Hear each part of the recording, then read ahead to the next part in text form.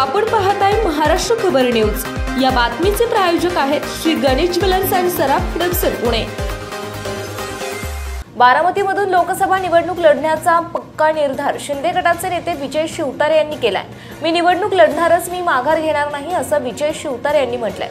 लोकसभा निवडणुकीच्या पार्श्वभूमीवर सध्या सर्वत्र राजकीय आरोप प्रत्यारोप, दावे प्रतिदावे पाहायला मिळतात। राज्यातील काही मतदारसंघात यंदा चुरशीची लढत पाहायला मिळणार आहे। यातीलच एक मतदारसंघ म्हणजे बारामती।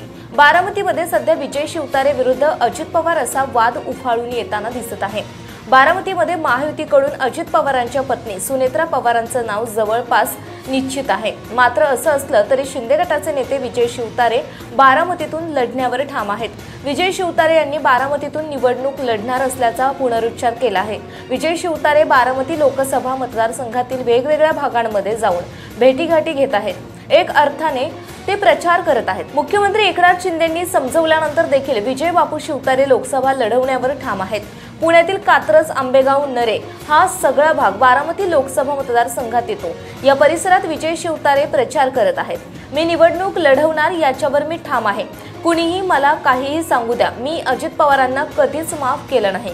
बारामती लोकसभा मतदारसंघातील मतदारांना ना सुप्रिया सुळे यांना मत द्यायचंय ना अजित पवारांना मत द्यायचंय, मग हे मतदार जाणार कुठे असा सवाल शिवतारेंनी उपस्थित केला। ते पुढे म्हणाले की अजित पवार गटाकडून बारामती लोकसभा मतदारसंघासाठी उमेदवार बदलला जाईल अशी चर्चा सुरू आहे। वरिष्ठ नेत्यांनी याचा विचार करावा। अनेक जण इच्छुक आहेत। हर्षवर्धन पाटीलांचं मला माहित नाही, पण मी माघार घेणार नाही। शिवतारेंची पक्षातून हकालपट्टी करण्याची मागणी अजित पवार गटातील लोकांकडून होत आहे। मी विरोधक आहे, ते मागणी तर करणारच असं शिवतारेंनी म्हटलंय। विजय शिवतारे 1 तारखेला जाहीर सभा घेणार आहेत।